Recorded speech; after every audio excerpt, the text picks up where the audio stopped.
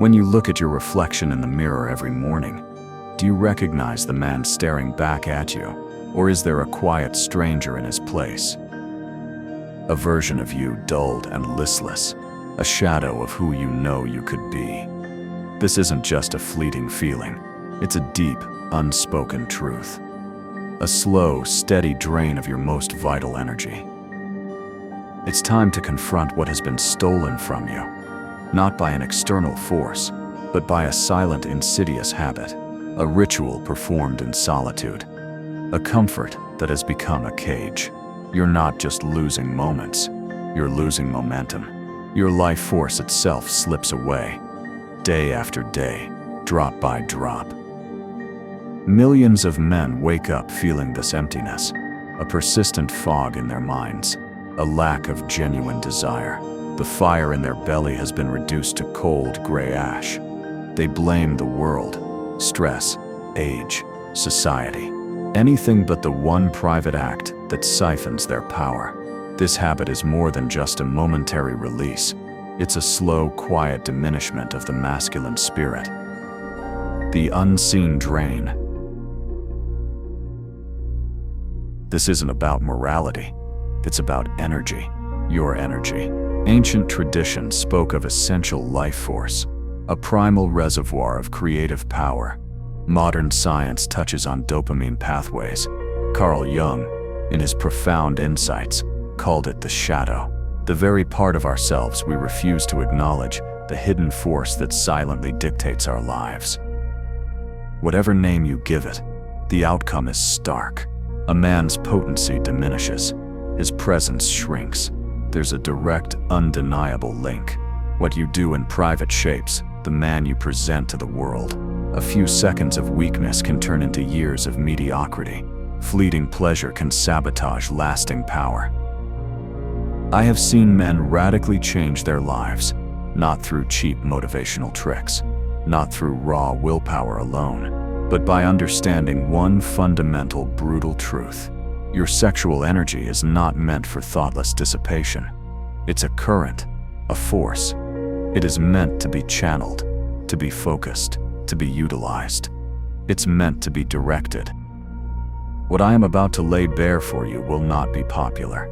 It directly contradicts many modern beliefs. It challenges what you've been told is normal and healthy. But for the few men brave enough to truly listen, it marks the difference. The difference between merely existing and truly living. The difference between a slave to impulse and a sovereign man. Every time a man engages in compulsive self-pleasure, he reinforces a neural bypass, a closed circuit of desire and reward, a flash of wanting, a hit of dopamine, a few seconds of simulated release. Then, often, a hollow feeling. Then, inevitably, the craving returns. This loop weakens the very core of masculine will. Think about it. The essence of masculine power is direction. Its purpose, its sustained effort. It cannot flourish when gratification is always one click away, when satisfaction demands no effort, no waiting, no genuine engagement with reality. A man forgets how to truly pursue. He forgets how to wait. He forgets how to want, with depth and intention. The brain circuits meant for ambition, for challenge, for conquest. They become hijacked. They are rerouted. They chase cheap highs. They are caught in hollow, repetitive patterns. No struggle, no real chase, no earned triumph. What starts as a simple release slowly morphs into a routine, a ritual, a pacifier for the adult male. Instant gratification doesn't just squander your time, it systematically deconditions your masculine core. The more a man indulges in effortless pleasure, the more allergic he becomes to effort itself. He loses tolerance for frustration, for boredom, for genuine hunger. He becomes impatient with the world as it is. He becomes addicted to immediacy. He resents any resistance. The shadow's grip. This behavior actively rewires your nervous system. It tells your body to recoil, to collapse inward. rather than to push forward, to expand. Each repetition of this cycle dulls your edge. Your sharpness fades a little more, and this repetition transforms weakness into identity. You might still go through the motions of ambition, but the deep, burning internal fuel weakens. Your fire flickers. Your primal instincts soften. Carl Jung understood this cycle. He saw it as a kind of shadow possession. A man becomes a servant, a slave to what he refuses to confront within himself. In the case of this particular habit, it is often not mere lust that controls him. It is avoidance. Avoidance of emptiness. Avoidance of potential unfulfilled. Avoidance of real work. The tragedy here is quiet. It doesn't look like outright failure. It looks like apathy. It looks like a gradual sedation. The masculine will is not destroyed in one dramatic moment. It's devoured slowly, with every silent surrender to the fleeting urge. The images on a screen are not just content, they are carefully constructed narcotics, coded, optimized, designed to short-circuit the male brain. Each pixel is a deceit, a fantasy sold as fulfillment. The true cost is not measured in time spent or in clicks. It is measured in your willpower, your purpose, your genuine presence in the world. What often begins as casual curiosity rapidly becomes conditioning. Your brain, rewired by constant novelty and instant reward, starts to crave more artificial stimulation. It craves less reality. But the deepest danger here is not physical. It is spiritual. It is psychic. Screen-fed gratification mimics intimacy, but it demands no real connection. It offers release, but it carries no risk, no vulnerability. In doing so, it slowly disconnects a man from his own essence. His genuine desire becomes disembodied. It floats in a digital fog. It is no longer grounded in real relationship. It is no longer driven by meaning. The act of consumption becomes ritualistic, yet it is deeply hollow, like praying to a god that never truly listens. This is why it sedates the very soul. A man cannot be fully alive, not when his essential life force, his libido, is outsourced to a flickering screen. The same internal fire that once propelled warriors to battle, that drove explorers to discover, that compelled builders to create, that same fire is drained. It's dissipated in isolation.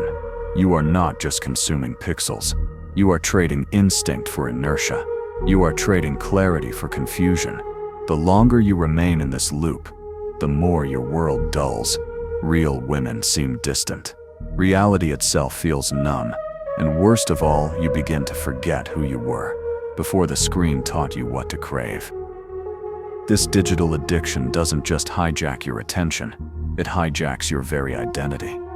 It appears harmless, a moment of brief release, a way to relax, to cope. But beneath that soft veil of justification, a pattern of self-betrayal steadily forms. The man convinces himself it is only a small indulgence. The truth of your energy.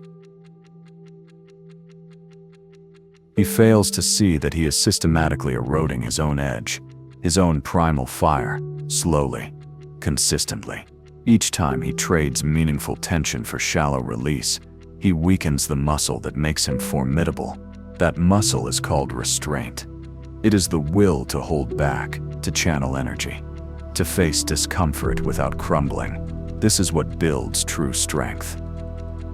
However, habitual self-pleasure, especially when unexamined, teaches the opposite lesson. It tells your body, you don't have to wait, you don't have to grow, you don't have to face anything difficult. A man who repeatedly gives in to his lowest impulse is not in control. He is not making a conscious choice. He is escaping. Over time, your body begins to internalize this belief. It believes that discomfort is the enemy. It believes that pleasure, any pleasure, is the ultimate goal. This belief rewires everything within you. Your reward system, your motivation circuits, even the way you perceive struggle, success, and women. What was once a burning spark becomes a deep sedation. What could have built a mission becomes a maze of constant avoidance. The real cost lies in the erosion of discipline, the silent decay of inner command. Pleasure, when used like this, ceases to be healing. It becomes a poison. It is harm wrapped in dopamine. It is laced with deep delusion. If you have found yourself resonating with these thoughts, if a quiet voice within you recognizes this truth, then you are likely ready to take the next step.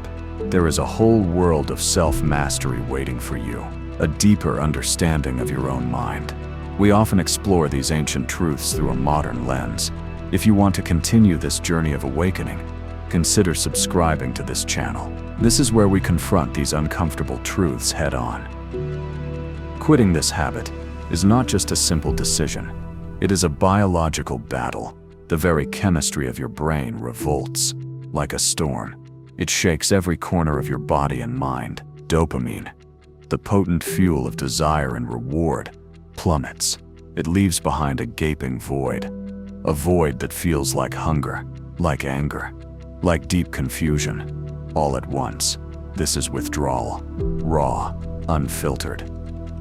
Why? Because your brain's reward circuits were utterly hijacked. They were trained to expect instant gratification, on demand. Remove that constant source, and the system spirals into chaos. It's not just a craving for pleasure, it's a battle for your identity. The man feels torn between the fleeting comfort of the old habit and the powerful call to regain true control. Physiologically, it manifests as a tempest, irritability, deep fatigue, restless energy, wild mood swings. Mentally, it is a constant battle. Every thought whispers for you to give in, to escape, to numb the discomfort once more.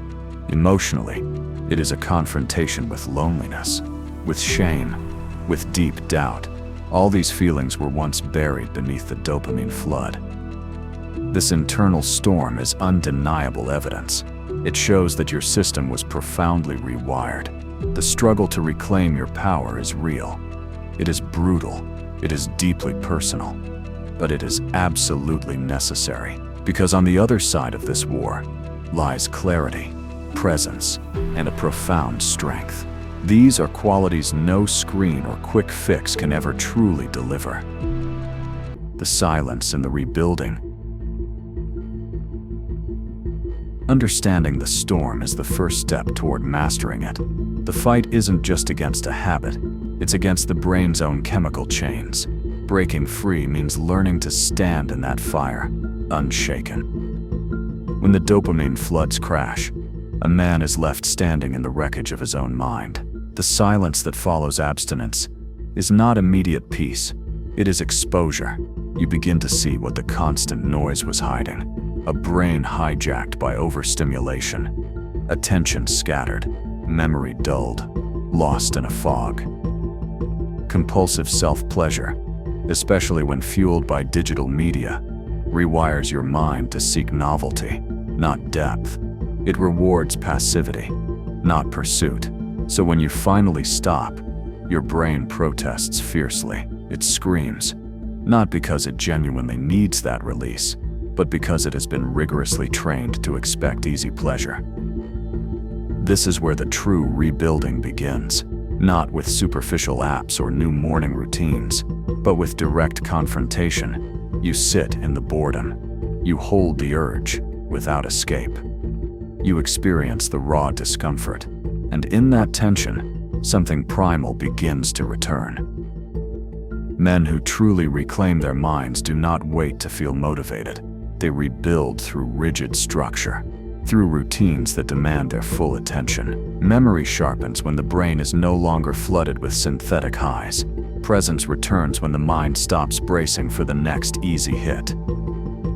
This restoration process is a slow burn, but it carries an undeniable quiet power. It is the return of mental sovereignty, the profound ability to think, to feel, and to remember on your own terms. And here's the brutal truth. Most men will not make it past this phase, because it is hard. Because it is deeply uncomfortable. Because rebuilding requires far more discipline than destruction ever did. But the man who perseveres, the man who keeps going, he doesn't just regain his mind, he regains his life. Every urge that arises is a message, but most men never stay still long enough to truly hear it. The craving to engage in self-pleasure, especially in isolation, is rarely about simple physical release. It is a mask. Beneath that mask lies loneliness, fear, boredom, a feeling of powerlessness. Your body instinctively reaches for friction, but your soul is calling for something far deeper. Modern men have been systematically trained to mute discomfort, instead of decoding it. So when anxiety rises, when failure stings, when life feels devoid of meaning, most men escape to the easiest, most accessible outlet. It is not just an addiction to pleasure, it is an addiction to distraction. The alchemy of urges. But here is the profound paradox. If you stop running, if you sit with the discomfort, the real voice of your true self begins to surface. The deep ache is not asking for relief. It is asking for transformation. What do you truly want? Is it validation? Is it genuine connection? Is it dominance? Is it pure creation? The urge, if left unmet, begins to speak a different language. It points you directly toward the life you are actively avoiding. This is why abstinence is not repression. It is revelation. It is the arduous process of turning your cravings into crystal clarity. The man who learns to do this becomes truly formidable, not because he lacks desires, but because he is no longer controlled by them. He does not numb the urge. He decodes it, and in that profound silence, he discovers a truth most men never hear. The craving was never for pleasure. It was for purpose. Masculinity is not just about raw restraint. It is about intelligent redirection.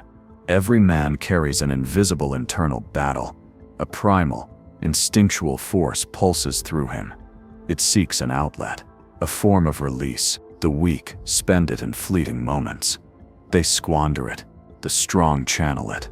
They build empires with it. This is the very essence of transmutation. Sexual energy is not just biological fuel. It is potent psychological fuel. When a man stops draining it into the void of ephemeral pleasure, he discovers a profound pressure building within him. That pressure is not a problem to be solved. It is pure potential. It is fire seeking its proper form. And the man who genuinely understands this does not simply repress his urges. He reclaims them. Focus is the sharp blade forged in that very fire. What once pulled him downward now precisely sharpens his vision. His mind clears. His ambition becomes razor sharp. The very same energy that once begged for easy escape now feeds his grind, his goals, his craft. His hands stop scrolling. They start building, writing, training, creating.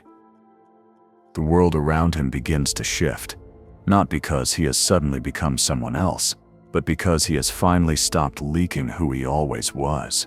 This is not some abstract mystical idea. It is biology weaponized through sheer will. The man who truly learns to delay gratification begins to tap into a much deeper reservoir of personal power. It is steady, relentless, hungry for a lasting legacy. Every single moment he says no to an urge. He says yes to output, yes to clear direction, yes to unwavering discipline. And when the urge knocks again, he will not be threatened. He will be utterly ready. Because now he truly knows. The same fire that could burn him alive can also forge him into unbreakable steel. The power of delay. Power is never found in immediate indulgence. It is built in intelligent delay. The man who postpones release is not simply repressed. He is sharpening his edge.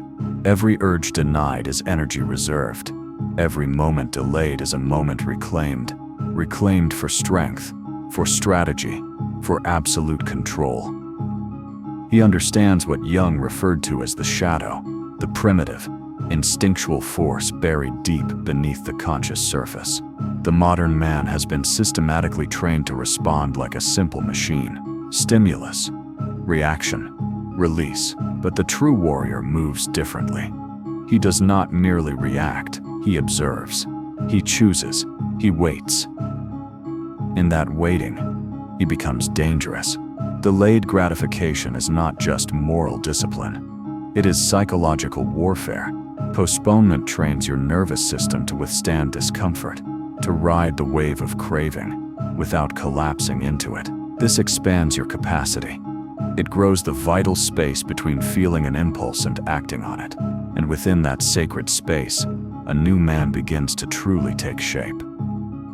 Jung taught that the path to individuation requires integrating the shadow, not denying it. Instinctual forces like libido, aggression, they stop dissipating. They start consolidating. This vital consolidation trains the shadow to serve your conscious purpose, rather than to sabotage it. The internal fire does not fizzle out. It builds powerful pressure, and from that focused pressure comes precision. He moves through the world slower, colder, clearer.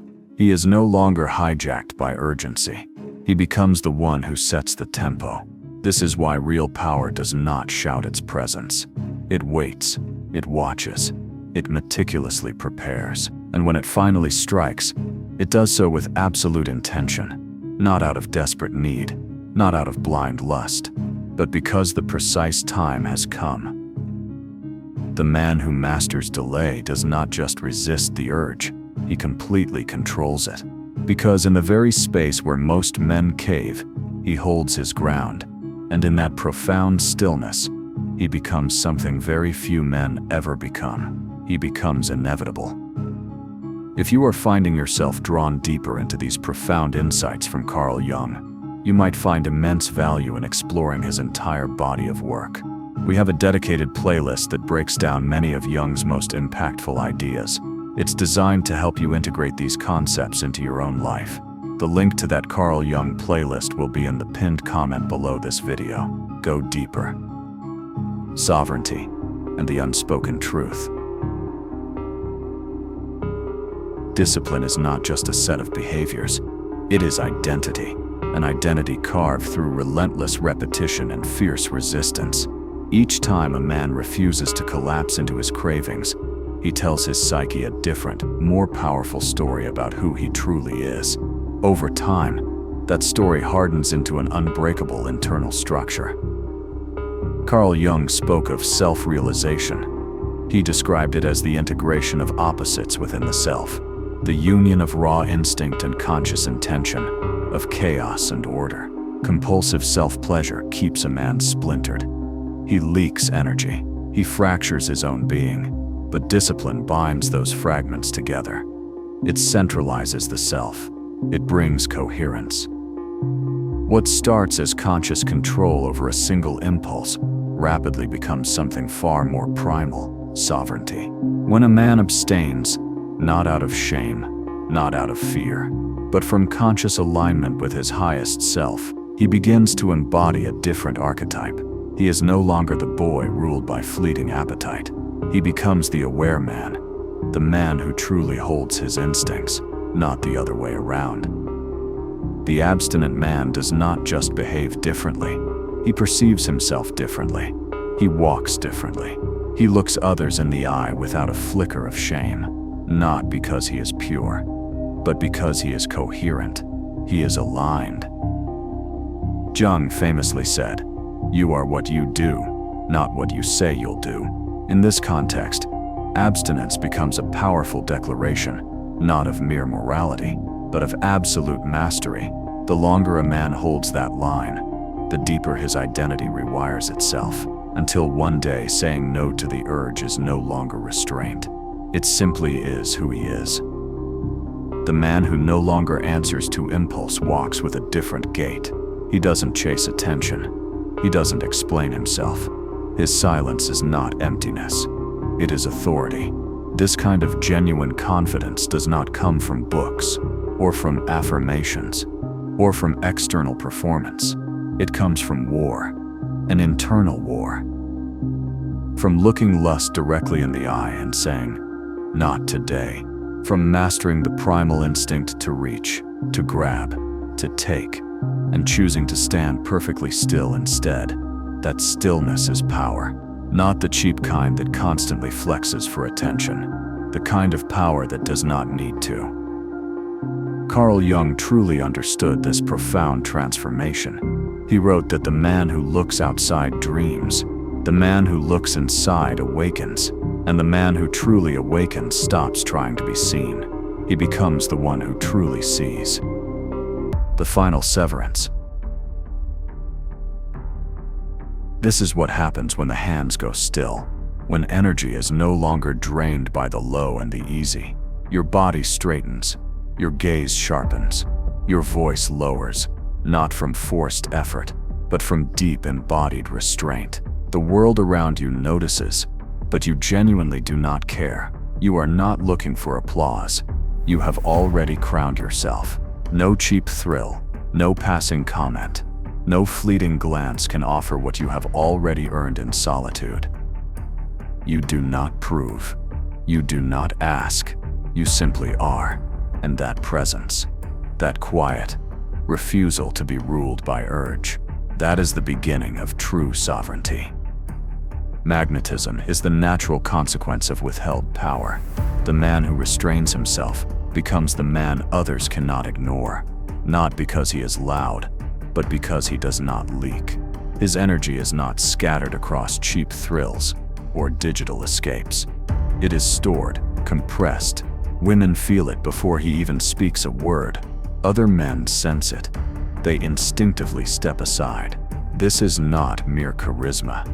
It is gravity. Restraint is not repression. It is absolute control. And when a man masters his compulsions, especially the primal pull of lust, he becomes unpredictable.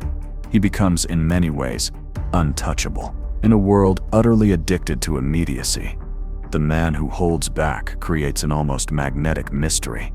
While others reveal themselves too soon, he reveals nothing of importance.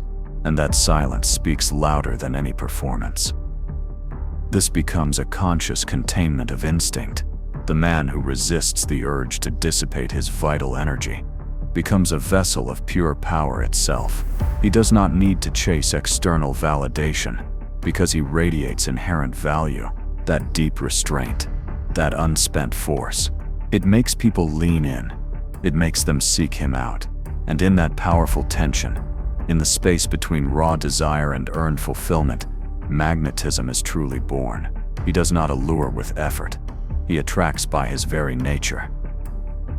There comes a moment in this arduous journey when something absolutely profound shifts. Not gradually, not slowly, but like a blade cutting through rope, swift and absolute. This is the final severance, the precise moment when the craving does not just weaken, it dies completely. Most men will never reach this sacred point because they are still negotiating with the addiction, still bargaining, still believing they are in controls while feeding the beast scraps of attention. But the sovereign man, he understands that half measures breed only half men. The final severance happens when you stop seeing the urge as something to resist. You start seeing it as something beneath you. When the very thought of returning to your old patterns feels as ridiculous as a king choosing to sleep in a stable, the neural pathways that once screamed for gratification become utterly silent, not from suppression, but from utter irrelevance. What emerges in that profound silence is extraordinary. Your essential life energy, no longer scattered and wasted, it consolidates into something far more potent. It becomes creative force, magnetic presence, unshakable confidence. You become a man who does not need external validation because you have discovered deep internal sovereignty. The ancient masters called this state brahmacharya, not mere celibacy, but the conservation and transmutation of vital energy, turning it into spiritual power. When the craving dies, the true God within awakens. You don't just break free from an addiction. You transcend the very need that created it. This is the phase where boys truly become kings. Most men will watch this video. They will feel a surge of recognition, maybe even inspiration, and then they will do absolutely nothing. They will return to their comfort cage, telling themselves they will start tomorrow, or next week, or next month. That is precisely what separates the sovereign from the slave. But you are different. You are not most men. You would not have made it this far into this message if you were. You have seen behind the curtain. You understand that your essential life energy is not just biology. It is raw, creative power, waiting to be properly channeled. You know that every single moment of intelligent restraint builds the man you are steadily becoming. The ancient alchemists spoke of transmutation, turning base metals into true gold. This is your transmutation. Every urge you master, every impulse you transcend, every moment you choose sovereignty over slavery, you are forging yourself into something unbreakable. Jung was right. Until you make the unconscious conscious, it controls you. But now you know, the cage door is open. The path is clear. The only question remaining is this: will you walk through that door and claim your power, or will you remain a prisoner of your own making? The choice, as it always has been, is completely yours. Choose wisely. Choose sovereignty. Choose to become the man your future self is counting on. Your true awakening begins now. Now, if something deep inside you is saying this is it, then prove it. Comment right now, "I am leaving my shadows behind." Let's see how many of you are ready for this profound change.